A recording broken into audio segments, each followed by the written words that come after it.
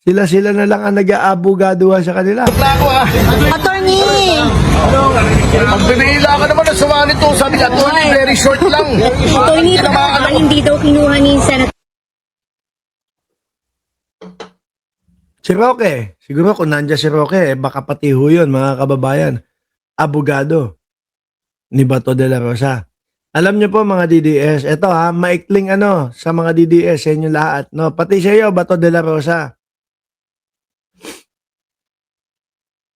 Pinapatagal mo lang paghihirap mo. No? Kayo namang mga DDS, pinapatagal nyo yung paghihirap ni Bato de la Rosa. Ang magiging ending din yan din yan? Dala din sa ICC yan. Uulitin ko yung mga sinabi ko nung nag-umpisa ang video na ito. Ano po? Tingin nyo, tatanggihan ng PNP ang ano tawag dito? Ang Interpol. Tingin nyo, tatanggihan ng Interpol, tatanggihan ng PNP ang Interpol na aresto si Bato? Hindi. Ano ho? Baka mawala na sa atin ang Interpol kapag yun ang nangyari. Pahuli kayo pa ng pahuli kaila Tebes, kaila ganito. Tapos kapag kami naman ang humingi na request sa inyo, tablado kami sa inyo. O di ho ba, mga kababayan? Ganun ang mangyayari ho dyan. Sabi ni Maxape, isa din yan si Topacio, may pinapalo. No? May pinapalo sa nagsarang KTV. Totoo? Gumaganong-ganon si Topacio? Sabi ni Ma'am Neng Gigi, tingin ko within 24 hours, maaresto na yan si Bato. Yan din ho ang nakikita ko. Hindi ho tatagal, hindi lalagpas ng isang linggo. Siguro mga sabihin na natin isang buwan. Okay na yun, isang buwan, Pero kapag kalabas ni Bato de la Rosa, like example, isang buwan ho, mga bossing, talaga yung stay ni Bato de la Rosa doon sa loob ng Senado, panigurado, paglabas niyan, ano na yan? Wala na, mahinang-mahina na ho yan. Ano po?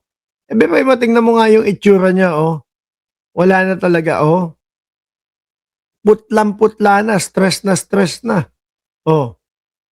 Ikaw ba kapag alam mo na may warrant of arrest ka at kapag nakuha ka, paglabas mo ng Senado, diretso ka agad sa ibang bansa, makakatulog ka pa ba nun?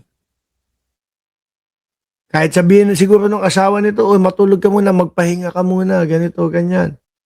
Mahihirapan tong matulog Sabi ni Kuya Lokis, biglang naging pare si Bato de la Rosa. Nagmukhang mabait, Kahit ano siguro sabihin dito, kumain ka muna para hindi ka manghina. Hindi mo makakakain to Tapos may nag-aabang sa iyo, 1,200 kapulisan, Ayan, sa labas ng Senado.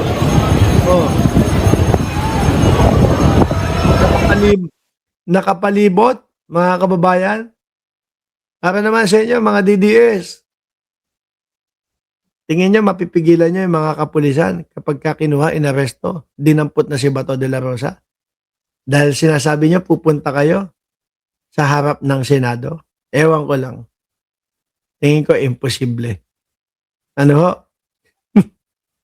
Mga boss, Chief Amo, sir, bukas ng umaga, samahan niyo po ulit kami.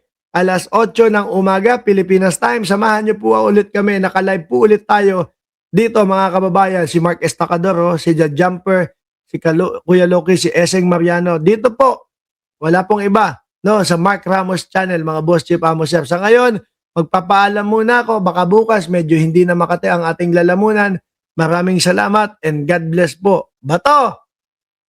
Suko na. Huwag mo nang patagalin ang paghihirap mo.